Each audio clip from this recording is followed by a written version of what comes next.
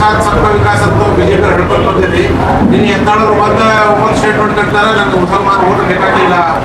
ಅವ್ರ ಆ ಥರ ಹೇಳಿಲ್ಲ. ಹಿಂದೂ ನಮ್ಮ ದೇಶದಲ್ಲಿ ಜಾತ್ಯತೀತ ಎಲ್ಲರೂ ಕೂಡ ಭಾರತದ ಹಿಂದೂಗಳು ಸಂಖ್ಯಾತರು ಕೂಡ ಅನ್ನೋಂಥದ್ದು ಹೇಳಿದಾರೆ. ಬೇರೆ ಏನಂದಿರೋ ಆ ರೀತಿ ಹೇಳಿಕೆ ನೀವು ಎಲ್ಲಿ ಯಾವ ಪತ್ರಿಕೆಗೂ ಮೀಡಿಯಾದಾಗ ನನ್ನ ಗಮನಕ್ಕೆ ಮತ್ತೆ ಬಂದಿಲ್ಲ ಸರ್. ಆ ಥರ ನಮ್ದು ಸಬ್ಕಾ ಸಾಥ್ ಸಬ್ಕಾ ವಿಕಾಸ ಅನ್ನೋದೇ ಮಾಡಿದ್ದಾರೆ. ಇಲ್ಲಾಂದ್ರೆ ತ್ರಿವಳಿ ತಲಾಖ್ ಮಾಡ್ತಿರ್ಲಿಲ್ಲ ಮೋದಿ ಅವರು.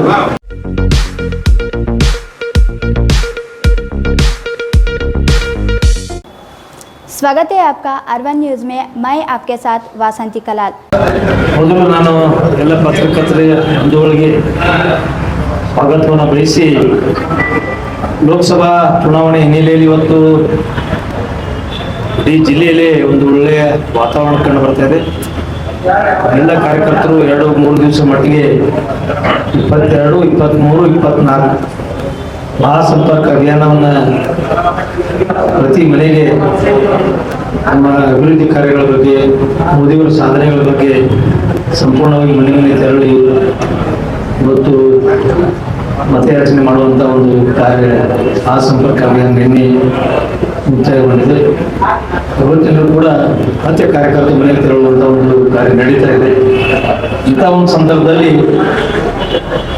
ಕಾಂಗ್ರೆಸ್ನ ಕೆಲವು ನಾಯಕರು, ಮಂತ್ರಿಗಳು ಭಾರತೀಯ ಜನತಾ ಪಕ್ಷದ ಮೇಲೆ ಆರೋಪ ಮಾಡುವಂತ ಹೇಳಿಕೆಗಳನ್ನ ನಾವು ಗಮನಿಸ್ತಾ ಇದ್ದೀವಿ 2-3 ದಿವಸಗಳಿಂದ. ಇವತ್ತು ಅವರೆಲ್ಲರೂ ಕೂಡ ಭಾರತೀಯ ಜನತಾ ಪಕ್ಷದ ಸಾಧನೆ ಶೂನ್ಯ, ಅದೇನು ಮಾಡಿಲ್ಲ ಅನ್ನುವಂಥದ್ದು, ಜೊತೆನೆ ಹಲವಾರು ಸುಳ್ಳು ಆರೋಪಗಳನ್ನು ಮಾಡುವಂಥದ್ದು. ಇವತ್ತು ಅವರ ಪರಿಸ್ಥಿತಿ ಎಲ್ಲಿಗೆ ಬಂದ್ಬಿಟ್ಟಿದಪ್ಪ ಅಂದ್ರೆ, ನಿನ್ನೆ ಮೊನ್ನೆ ಸಿಂದಗಿ ಬೇರೆ ಬೇರೆ ಕಡೆ ಸಭೆಗಳಲ್ಲಿ ನಾನು ಅಲ್ಲಿಗಿದ್ದ ಕಾರ್ಯಕರ್ತನ ಸಂಪರ್ಕ ಮಾಡಿ ಜನ ಯಾವ ರೀತಿ ಸೇರಿಸಿದ್ರು ನನಗೆ ದುಡ್ಡು ಕೊಟ್ಟು ಅವರು ಜನರು ಸೇರಿಸುವಂತ ಒಂದು ಕೆಲಸಕ್ಕೆ ತೊಡಗಿದ್ದಾರೆ. ಮತ್ತು 5-6 ಜನ ಶಾಸಕರು, ಇವರು ಮಂತ್ರಿಗಳು ಹೋದ್ರು ಕೂಡ ಸ್ವಯಂ ಪ್ರೇರಿತವಾಗಿ ಜನ ಬರ್ತಾ ಇಲ್ಲ. ಭಾರತೀಯ ಜನತಾ ಪಕ್ಷಕ್ಕೆ ಸ್ವಯಂ ಪ್ರೇರಿತವಾಗಿ ಕಾರ್ಯಕರ್ತರು ಜನರು ಸೇರ್ತಾ ಇರೋದು ನೋಡಿದ್ರೆ ಸಂಪೂರ್ಣವಾಗಿ ಬೆಂಬಲ ಭಾರತೀಯ ಜನತಾ ಪಕ್ಷಕ್ಕಿದೆ. ಕಾಂಬಿನೇಷನ್ ಸಂದರ್ಭದಲ್ಲಿ ನೋಡಿದ್ರೆ ವಿಡಿಯೋ ವೈರಲ್ ಆಗಿ ದುಡ್ಡು ಹಂಚುವಂತ ಒಂದು ವಿಡಿಯೋ ನಾನು ಯಾವುದೋ ಒಂದು ಮೀಡಿಯಾ ಇದರಲ್ಲಿ ನಾನು ನೋಡಿದೆ. ಅದೇ ಪರಿಸ್ಥಿತಿ ಮುಂದುವರೆದಿದೆ.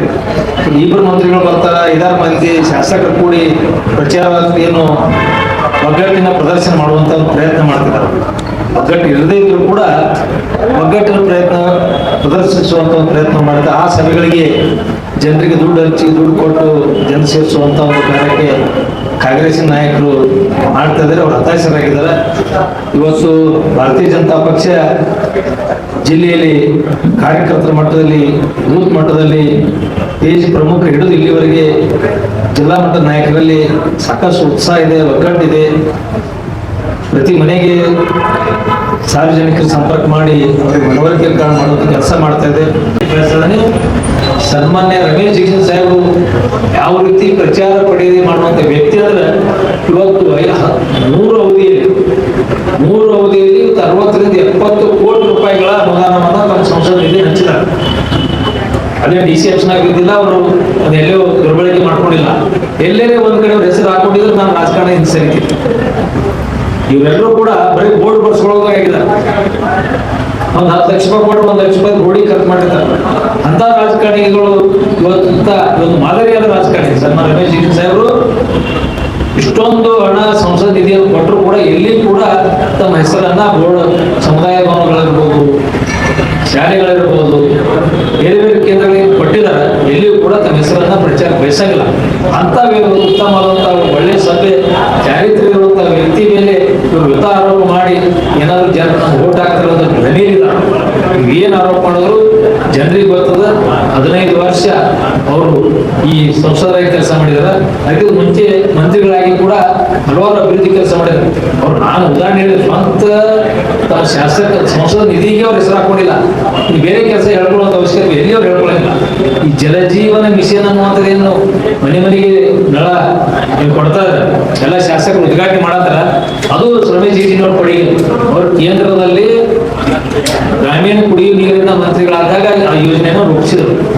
ಅದನ್ನ ಇವರೆಲ್ಲ ಉದ್ಘಾಟನೆ ಮಾಡಿಕೊಂಡು ಚೇನಿ ಹೊಡೆಯತ್ತಾರೆ. ಆದ್ರೂ ಮಾಡಿದ್ದು ಸನ್ಮಾನ್ಯ ರಮೇಶ್ ಜಿಗಜಿಣಗಿ ಅನ್ನುವಂಥದ್ದು ಎಲ್ಲ ಶಾಸಕರು, ಮಂತ್ರಿಗಳು ಅದನ್ನ ನೀವು ಮಾಡ್ಕೋಬೇಕು, ನೆನ್ಪಾಡ್ಕೋಬೇಕು. ಇಷ್ಟೆಲ್ಲ ಕೆಲಸ ಕಾರ್ಯಗಳು ಮಾಡಿದ್ರು ಕೂಡ ಅವರು ಏನು ಹಿಂಡುವುದಿಲ್ಲ ಅನ್ನೋದು ಏನ್ ಹೇಳ್ಬೇಕು, ಹಿಂಡು ಅಂದ್ರೆ ಏನು ಅರ್ಥ ಆಗ್ತಾ ಇಲ್ಲ. ಯಾಕಂದ್ರೆ ಇವರು 6-7 ವರ್ಷ ರಾಜಕಾರಣದಲ್ಲಿ ಸೌದಿಯಲ್ಲಿ 2-3 ಪಾರ್ಟಿ ಹೋಗಿ ಅವಕಾಶವಾದ ಒಂದು ಅವಕಾಶವನ್ನು ತೆಗೆದುಕೊಂಡು ಕಾರ್ಯವನ್ನು ಮಾಡಿದ್ದಾರೆ.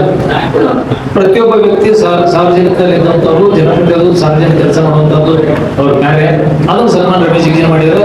ಇದನ್ನ ಅವ್ರು ಏನಾದ್ರು ಏನ್ ಮಾಡಿದಾರೆ ಅಂತ ಹೇಳಿದ್ರೆ ನನ್ನ ಪತ್ರಿಕೆಯನ್ನು ಅವ್ರು ಕೊಟ್ಟು ಕಳಿಸಿ ಅದೇ ಓದಿ ತಿಳ್ಕೊಳ್ಳಿ ಅನ್ನುವಂತ ನಾನು ಮೊನ್ನೆ ಸಚಿವರಿಗೆ ಹೇಳಿ ಬಯಸಿದ್ದೀನಿ. ಇವತ್ತು ಕಾಂಗ್ರೆಸ್ನವರು ಸಂಪೂರ್ಣವಾಗಿ ಹತಾಶರಾಗಿದ್ದಾರೆ. ಮೇಗಿನ ಒಂದು ಸೂಚನೆ ಮೇರೆಗೆ ಒಗ್ಗಟ್ಟಿನ ಪ್ರದರ್ಶನ ಅಂದ್ರೆ ಎಲ್ಲರೂ ಕೂಡಿ ಪ್ರಚಾರ ಮಾಡಬೇಕಂದ್ರೆ ಒಬ್ಬರಿಗೊಬ್ಬರು ವಿಶ್ವಾಸ ಇಲ್ಲ. ಅವ ಎಲ್ಲಿ ಹೋದ್ರು ಅವ ಏನು ಮಾಡಿಗಿಡ ಅಂತ ತಿಳ್ಕೊಂಡು ಎಲ್ಲ ಕೂಡಿ ಅಡ್ಡಾಡ್ತಾರೆ ಅಂತ ಎಲ್ಲರಿಗೆ ಯಾಕೆ ಒಬ್ಬರು ಕೂಡಿ ಹೊಂಟಿಲ್ಲ ಒಂದು ಸವಾಲಿ ಬೇರೆ ಬೇರೆ ಹೊಂಟಿಲ್ಲ ಮಠದಲ್ಲಿ ಲೀಡರ್ ಒಳಗೆ ನಾವು ಅವ್ರಿಗೆ ಕೇಳಿ ಕಾರ್ಯಕರ್ತರು ಇಲ್ರಿ ಒಗ್ಗಟ್ಟು ತೋರಿಸ್ತಾ ತಿಳಿಯೋದು ನಾಯಕನವರು ಅವ್ರು ಒಗ್ಗಟ್ಟು ಇಲ್ಲ ನಂಗೆ ಹೇಳ್ತಾರೆ ಇವರು ಅಂತ. ಒಗ್ಗಟ್ಟು ಇಲ್ಲ ನೀವ್ ಯಾಕೆ ಕೂಡ ಹೊಂಟಿಲ್ಲ ಅಂದ್ರೆ ನಮ್ಮಲ್ಲಿ ವಿಶ್ವಾಸ ಒಬ್ಬರಿಗೊಬ್ಬರಿಗೆ ಪ್ರದರ್ಶನ ಮಾಡುವ ಅವಶ್ಯಕತೆ ಇಲ್ಲ. ನಮಗೆ ಅವ್ರಿಗೆ ಒಗ್ಗಟ್ಟಿನ ಪ್ರದರ್ಶನ ಮಾಡುವ ಅವಶ್ಯಕತೆ ಇಲ್ಲ. ಒಬ್ಬರಿಗೂ ವಿಶ್ವಾಸ ಇಲ್ಲ. ಅವ ಹೋಗಿ ಬೇರೆ ಮಾಡ್ತಾನೋ ಕೆಲಸ ಮಾಡ್ತಾನೆ ಕೆಲಸ ಮಾಡ್ತಾನೆ ಅವರೊಟ್ಟಿಗೆ ಒಬ್ರಿಗೊಬ್ರಿಗೆ ಮನಸ್ಸಿನಲ್ಲಿ ವಿಶ್ವಾಸ ಇರದೇ ಕಾರಣ ಒಬ್ಬರು ಕೂಡ ಒಗ್ಗಟ್ಟಿನ ಪ್ರಯತ್ನವನ್ನ ಬಹಳಷ್ಟು ಶ್ರಮ ವಹಿಸಿ ಖರ್ಚು ಮಾಡಿ ಜನರಿಗೆ ಕೂಡಿಸಿ ಭಾಷಣ ಮಾಡುವಂತ ಒಂದು ಕ್ಯಾಂಪ್ಗಳನ್ನ ಮಾಡುವಂತದ್ದಾದ್ರೆ ಇವತ್ತು ಸಾಮಾನ್ಯ ಕಾರ್ಯಕರ್ತರು ಕೇವಲ ಒಬ್ಬ ಸಾಮಾನ್ಯ ಕಾರ್ಯಕರ್ತರು ಕೂಡ ನಮ್ಮ ಅಭ್ಯರ್ಥಿ ಪರವಾಗಿ ಮನೆ ಮನೆಗೆ ತೆರಳಿ ಪ್ರಚಾರ ಮಾಡುವಂಥದ್ದು ಇವತ್ತು ಬಿಜಾಪುರ ಜಿಲ್ಲೆಯಲ್ಲಿ ನಡೀತಾ ಇರೋದು ಬಹಳಷ್ಟು ನಮಗೆಲ್ಲ ಹೆಮ್ಮೆ ಅನಿಸ್ತದೆ. ಭಾರತೀಯ ಜನತಾ ಪಕ್ಷ ಕಾರ್ಯಕರ್ತರು ಇವತ್ತು ಯಾರು ನಾಯಕರು ಬರಬೇಕು ಮಾಡ್ತಾರಲ್ಲ ಅವರೇ ಮೋದಿಯವರು ಮಾಡಿದ ಸಾಧನೆ, ಸನ್ಮಾನ ರಮೇಶ್ ಜಿಗಜಿಣಗಿ ಮಾಡಿದ ಸಾಧನೆಯನ್ನ ಮನೆಗೆ ಹೋಗಿ ಆ ಮತದಾರ ಭೇಟಿಯಾಗಿ ಈ ರೀತಿ ಕಾರ್ಯ ಮಾಡಿದ್ದಾರೆ, ಈ ರೀತಿ ನಮ್ಮ ಕೆಲಸ ಮಾಡಿದ್ರು, ಈ ರೀತಿ ನಮ್ಮ ದೇಶಕ್ಕೆ ನರೇಂದ್ರ ಮೋದಿ ಅವರು ಮಾಡಿದ ಕಾರ್ಯದಲ್ಲಿ ನೀವು ಮತ ಕೊಡಬೇಕು ಹೇಳಿ ಸ್ವಂತ ಜವಾಬ್ದಾರಿ ಪ್ರತಿಯೊಬ್ಬರು ಕೂಡ ಕಾರ್ಯಕರ್ತರು ಅಭ್ಯರ್ಥಿ ತರನೇ ಪ್ರಚಾರದಲ್ಲಿ ತೊಡಗಿದ್ದಾರೆ. ಇದು ಬಹಳಷ್ಟು ಭಾರತೀಯ ಜನತಾ ಪಕ್ಷದ ಹೆಮ್ಮೆ ಸಂಘಟನೆ ಅಂತ ಸಂದರ್ಭದಲ್ಲಿ ಬಯಸ್ತಾರೆ. ಅದಕ್ಕೆ ಒಟ್ಟಾರೆ ನಮ್ಮ ಅಭ್ಯರ್ಥಿ ಸ್ಪಷ್ಟವಾದಂತಹ ಬಹುಮತದಿಂದ ಚುನಾವಣೆಯಲ್ಲಿ ಗೆಲ್ತಾರೆ ಅನ್ನುವಂಥ ವಿಶ್ವಾಸ.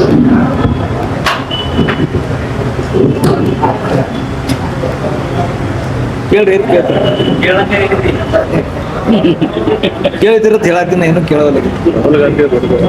ಈಗ ಕಾಶಪ್ಪನವರು ಯತ್ನಾಳ್ ಅವರಿಗೆ ಅವ್ರು ಕೊಟ್ಟೆ ಮೇಲೆ ಅವ್ರಿಗೆ ಉತ್ತರ ಕೊಡ್ತಾರ ಅವ್ರು ಗಟ್ಟಿ ಅವ್ರಿಗೆ ಕೊಡ್ತಾರೆ. ಅವ್ರಿಗೆ ಪಾರ್ಟಿ ಅಂದಿಲ್ಲ ಮತ್ತೆ ಬರ್ತಾರೆ ನಾಳೆ ನಾಳೆ ದೊಡ್ಡ ನೀವು ಸಬ್ಕಾ ಸಾಥ್ ಸಬ್ಕಾ ವಿಕಾಸ್ ಅಂತ ಬಿಜೆಪಿ ಹೇಳ್ಕೊಂಡು ಬಂದಿರಿ. ನಿನ್ನ ಯತ್ನಾಳರು ಒಂದು ಸ್ಟೇಟ್ಮೆಂಟ್ ಕೊಡ್ತಾರೆ, ನಂಗೆ ಮುಸಲ್ಮಾನ ಓಟ್ ಬೇಕಾಗಿಲ್ಲ. ಅವ್ರ ಆ ಥರ ಹೇಳಿಲ್ಲ. ಹಿಂದೂ ನಮ್ಮ ದೇಶದಲ್ಲಿ ಜಾತ್ಯತೀತ ಎಲ್ಲರೂ ಕೂಡ ಭಾರತ ಹಿಂದೂಗಳು ಸಂಖ್ಯಾತರು ಕೂಡ ಅನ್ನುವಂಥದ್ದು ಹೇಳಿದ್ದಾರೆ. ಬಿಟ್ಟು ಬೇರೆ ಏನಂದಿರೋ ಆ ರೀತಿ ಹೇಳಿಕೆ ನೀವು ಎಲ್ಲಿ ಯಾವ ಪತ್ರಿಕೆಗೂ ನನ್ನ ಗಮನಕ್ಕೆ ಮಾತ್ರ ಬಂದಿಲ್ಲ ಸರ್. ಆ ಥರ ನಮ್ದು ಸಬ್ಕಾ ಸಾಥ್ ಸಬ್ಕಾ ವಿಕಾಸ್ ಅನ್ನೋದೇ ಮಾಡಿದ್ದಾರೆ. ಇಲ್ಲಾಂದ್ರೆ ತ್ರಿವಳಿ ತಿಲಾಕ್ ಮಾಡ್ತಿರ್ಲಿಲ್ಲ ಮೋದಿ ಅವರು. ಮುಸಲ್ಮಾನ ಅಲ್ಪಸಂಖ್ಯಾತ ಮಹಿಳೆಯರ ತೊಂದರೆಯನ್ನ ಇಲ್ಲಿವರೆಗೆ ಕಾಂಗ್ರೆಸ್ ಅವ್ರ ಗಮನಕ್ಕೆ ಬಂದಿರಲಿಲ್ಲ. ಕಾಂಗ್ರೆಸ್ ಅವರಿಗೆ ಎಲ್ಲಿವರೆಗೆ ಬಂದಿರಲಿಲ್ಲ ಅದನ್ನು ಮೋದಿ ಅವರು ಗಮನಿಸಿದ್ರು. ಅಲ್ಪಸಂಖ್ಯಾತರ ಮಕ್ಕಳಿಗೆ ಇದು ಹಿಂಸೆ ಆಗ್ತಾ ಇದೆ, ಅನ್ಯಾಯ ಆಗ್ತಾ ಇದೆ, ಇವರಿಗೆ ತ್ರಿವಳಿ ತಲಾಖದಿಂದ ಇದು ಆಗ್ತದೆ ಅಂತದ್ದು ಅದನ್ನು ರದ್ದು ಮಾಡಿ ಕಾನೂನು ಮಾಡಿದ್ರು ನರೇಂದ್ರ ಮೋದಿ ಅವರು. ಅದ್ರ ಬಗ್ಗೆ ಕಾಂಗ್ರೆಸ್ನವ್ರು ಇನ್ನೂರು ಅಲ್ಪಸಂಖ್ಯಾತರ ಮತಗಳನ್ನ ಬೇರೆ ಮಾಡಿ ಪಡೆಯುವಂತ ಪ್ರಯತ್ನ ಮಾಡಿದ್ರೆ ಅವ್ರಿಗೆ ಒಳ್ಳೇದು ಮಾಡಿಲ್ಲ. ದೇಶದಲ್ಲಿ ಅವ್ರಿಗೆ ಒಳ್ಳೆ ಮಾಡೋದು ನರೇಂದ್ರ ಮೋದಿ ಅವರು ಅನ್ನೋದು ಕೂಡ ತಮ್ಮ ಗಮನಕ್ಕೆ ಬರ್ತದೆ. ಇಲ್ಲ ನಾನು ಹಿಂದಿ ಹೇಳಿಕೆಗಳನ್ನ ಹೇಳಿಕೆಗಳನ್ನ ಇನ್ನೊಂದು ಹೇಳ್ತಾರೆ, ಮುಸಲ್ಮಾನ್ ರಿಸರ್ವೇಶನ್ಗಳನ್ನ ತೆಗೆದು ಅದು ದಲಿತರಿಗೆ ಕೊಡ್ತೀವಿ, ಅದು ಬೇಕಾಗಿಲ್ಲ ಅಂತ. ನನ್ನ ಗಮನಕ್ಕೆ ಯಾವ ವಿಷಯ ಬಂದಿಲ್ಲ. ನಾನು ಪತ್ರಿಕೆ ಬೆಳಗ್ಗೆ ಓದ್ತೀನಿ, ಓದಾಗ ಈ ವಿಷಯಗಳು ಬಂದಿಲ್ಲ. ಅದೇ ಯಾವುದೇ ರೀತಿ ಹೇಳಿಕೆ ಕೊಟ್ಟರೆ ನಾನು ಅನಿಸಿಲ್ಲ.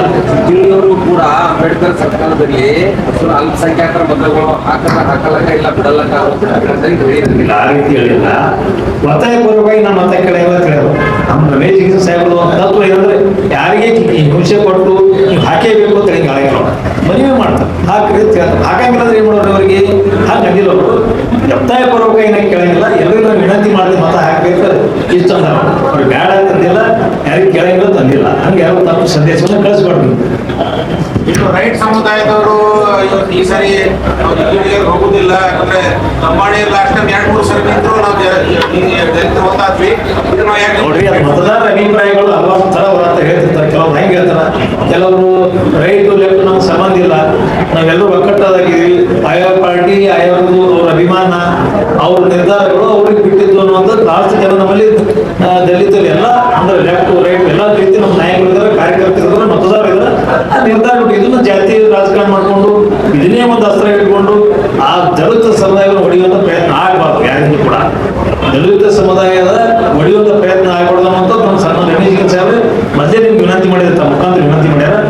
ಚುನಾವಣೆ ಬರ್ತಾವ ಹೋಗ್ತಿರ್ತಾವ, ಅದು ಇದನ್ನೇ ಒಂದು ಮುಂದೆ ಇಟ್ಕೊಂಡು ಯಾರು ಕೂಡ ಆಗಬಾರ್ದು.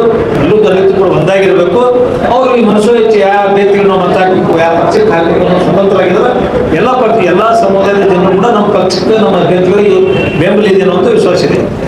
ಬಿಜೆಪಿಯಲ್ಲಿ ರೈತ ಕಮ್ಯುನಿಟಿಗೆ ಚುನಾವಣೆಯಲ್ಲಿ ಸಕ್ರಿಯ ಆದ ಮೇಲೆ ಪಟ್ಟಣ ಶಾಸಕರು ಚುನಾವಣೆಗೆ ಸ್ವಲ್ಪ ದೂರ ಹೋಗಿದ್ದಾರೆ ಅಂತ ಕೇಳ್ಕೊಂಡು ಅದೇ ನಾನು ಇದನ್ನ ಯಾಕೆ ಕೇಳಲಾಗಿರೋ ಅದು ನನಗೆ ಹೇಳ್ತಿದೆ ಅಲ್ರಿ. ಅವರು ಬಿಜೆಪಿ ಚುನಾವಣೆ ಬಹಿರಂಗವಾಗಿ ಎಲ್ಲ ಕಡೆ ತಿರುಗಾಡಿ ಮಾಡ್ತಾರೆ ಜಿಲ್ಲೆಯಲ್ಲಿ. ನಾನು ಕೂಡ ಮಾಡ್ತಾ ಇದ್ದೀನಿ. ಇನ್ನ ಏನ್ ಬೇಕು ನಿಮ್ಗೆ? ನಾನು ದೂರ ಹೋಗಿಲ್ಲ. ಇಲ್ಲಿ ಅಡ್ಜಸ್ಟ್ ಪ್ರೆಸ್ ಮೀಟ್ ಇವತ್ತು ನಿನ್ನೆ ನಾನು ಇಂಡಿಗೆ ಹೋಗಿ ಮನೆ ಇಂಡಿಗೆ ಹೋಗಿದ್ದೆ 2 ಸಲ. ವಿಜಯಪುರ ನಗರದಲ್ಲಿ ನಿನ್ನೆ ಮಾಡಿದೀವಿ ನಾವು ಜಿಗಿನ್ ಸಾಹೇಬ್ ಕೂಡಿ ನಾವು ಒಟ್ಟಾಗಿದ್ದೀವಿ. ಜಿಗಿನ್ ಸಾಹೇಬ್ರ ಭಾರತೀಯ ಜನತಾ ಪಕ್ಷ ಲೋಕಸಭಾ ಚುನಾವಣೆಯಲ್ಲಿ ಯಾವುದೇ ರೀತಿ ಭಿನ್ನಾಭಿಪ್ರಾಯ ಒಂದು ಒಡಕು ಇಲ್ಲ ಅನ್ನೋದು ಸ್ಪಷ್ಟವಾಗಿ ಹೇಳ್ಕೊಳ್ತಾರೆ. ಅವ್ರು ಬಂದಿದ್ದು ನಮಗೇನಿಲ್ಲ, ನಮಗೇನು ಸಂತೋಷ ಇದೆ. ಹಾಗೆ ನಾವು ಬಂದು ಕೆಲಸ ಮಾಡಿದವರು ನಮ್ಮ ಪಕ್ಷದ ಒಬ್ಬ ಶಾಸಕರಿದ್ದಾರೆ, ಅವ್ರದ್ದು ಕರ್ತವ್ಯ ಬಂದ್ ಮಾಡೋದು ಮಾಡ್ತಾ ಇದ್ದಾರೆ. ನಮ್ಮ ಪಕ್ಷದ ನಿಷ್ಠಾವಂತ ಪ್ರಾಮಾಣಿಕ ಕಾರ್ಯಕರ್ತರಾದೀನಿ. ಇವತ್ತು ನನಗೆ ಯಾವುದೇ ಜವಾಬ್ದಾರಿ ಇದೆ ಕೂಡ ಪಕ್ಷ ನನಗೆ ಏನೇನು ಹೇಳ್ದ 18 ದಿವಸಗಳಿಂದ ಸಕ್ರಿಯವಾಗಿ ನಾನು ತಗೊಂಡಿದ್ದೀನಿ. ಅದ್ರ ಬಂದಾಗ ನಾನು ದೂರ ಹೋಗಿಲ್ಲ. ನಾ ಬರ್ತಿಲ್ಲ, ನಾನು ಬಂದಿಲ್ಲ, ಅವ್ರು ಬಂದಿಲ್ಲ, ಅದು ಯಾವುದೇ ರೀತಿ ಇಲ್ಲ. ಅವ್ರ ಜವಾಬ್ದಾರಿ ಅವ್ರು ಮಾಡಿದ್ರೆ ನನ್ನ ಜವಾಬ್ದಾರಿ ನಾ ಮಾಡೋದು. ಬಿಜೆಪಿಯಲ್ಲಿ ರೈತ ಕಮ್ಯುನಿಟಿಯ ನಾಯಕರಿಗೆ ಕಡೆಗಣಿಸಲಾಗಿದೆ. ಯಾವುದು ಕಡೆಗಣಿಸಿಲ್ಲ. ನಮ್ಮಲ್ಲಿ ಗೋಪಾಲ್ ಗಡ್ಕಾಮಳಿ ಅವರು 2 ಸಲ ಮೇಯರ್ ಮಾಡಿದ್ರು. 2 ಸಲ ಮೇಯರ್ ಮಾಡಿದ್ರು ಸಾಮಾನ್ಯ ಕಾರ್ಯಕರ್ತರು. 2 ಸಲ ಗೋಪಾಲ್ ಗಡ್ಕಾಮಳಿ ರೈತ ಕಂಪ್ನಿಗೆ ಚಿದಾನಂದ ಚಲವಾದಿ ಇದ್ದಾರೆ, 4 ಮಂದಿ ಇದಾರೆ. ಅವಕಾಶಗಳು ಒಬ್ಬರು ಒಂದೊಂದ್ಸಲ ಸಿಗ್ತಿರ್ತಾವ. ಇದಕ್ಕೆ ನೀವು ಜಾತಿ ನಾಯಕರು ಯಾಕೆ ಅನ್ನೋದಿಲ್ಲ. ಈಗ ಬಂಜಾರ ಸಮುದಾಯ ಬಗ್ಗೆ ಯಾಕೆ ಅನ್ಕೊಂಡ್ಬಿಟ್ಟಿದ್ರೆ ಮಾತಾಡ್ತಾರೆ. ಎಲ್ಲಿ ಟಿಕೆಟ್ ಕೊಟ್ಟರು ಬಂಜಾರ ಸಮುದಾಯಕ್ಕೆ ಅವರು? ಎಲ್ಲಿ ಕೊಟ್ಟಾಗ ಇಲ್ಲಿ ಬಿಜಾಪುರ ಈ ಚುನಾವಣೆ ಅಷ್ಟೇ ಮಾತಾಡ್ತೀವಿ. ಹೆಚ್ಚಿನ ಚುನಾವಣೆ ಇಲ್ಲ, ಮುಂದಿನ ಚುನಾವಣೆ ಇಲ್ಲ. ಈ ಚುನಾವಣೆಗೆ ರಾಜ್ಯದಲ್ಲಿ 1 ಸೀಟ್ ಬಂಜಾರ ಸಮಾಜ ಕೊಡ್ತಿಲ್ಲ ಅವರು. ಮತ್ತು ಬಂಜಾರ ಅಭಿವೃದ್ಧಿ ನಿಗಮ ಮಾಡಿದವ್ರೆ ಬಿಜೆಪಿ ಅವರು. ತಾಂಡಾಗ ಕಂದಾಯ ಗ್ರಾಮ ಮಾಡಿದವ್ರೆ ಸನ್ಮಾನ್ಯ ನರೇಂದ್ರ ಮೋದಿ ಅವರು. ಯಾವ ಕೂಡ ಕಾಂಗ್ರೆಸ್ ಕಾಣಲಿಲ್ಲ, ಯಾವ ಮಂತ್ರಿಗಳು ಕಾಣಲಿ, ಶಾಸಕರು ಕಾಣಲಿಲ್ಲ. ಈಗೇನೋ ಭಯಂಕರ ಹುರುಪಾಗ್ಬಿಟ್ಟಾರೆ ಕೆಲವರು. ಭಾಳ ಹುರುಪಾಗ್ಬಿಟ್ಟದ. ಶಿವಂತರು ಭಯಂಕರ ಹುರುಪಾಗಿದೆ. ಯಾಕಂದ್ರೆ ಅವ್ರ ಮಗಳ ಇಲೆಕ್ಷನ್ ಇರ್ತಾಳಲ್ಲ, ಅದಕ್ಕೆ ಭಯಂಕರ ಹುರುಪಾಗ್ಬಿಟ್ಟದ. ಅದಕ್ಕೆ ಹುರುಪು ಇರಲಿ, ಚುನಾವಣೆ ಮಾಡಲಿ, ಏನೇ ಮಾಡಿ ವೃತ ಆರೋಪ ಮಾಡುವಂಥದ್ದು, ಜಿಗಿನ್ ಸರ್ ಏನೂ ಮಾಡುವಂಥದ್ದು, ಈ ರೀತಿ ಮಾಡೋದು ತಪ್ಪು ಅನ್ನುವಂಥದ್ದು ನಾನು ಸಾಮಾನ್ಯ ಸಚಿವರಿಗೆ ಹೇಳಿ ಸರ್.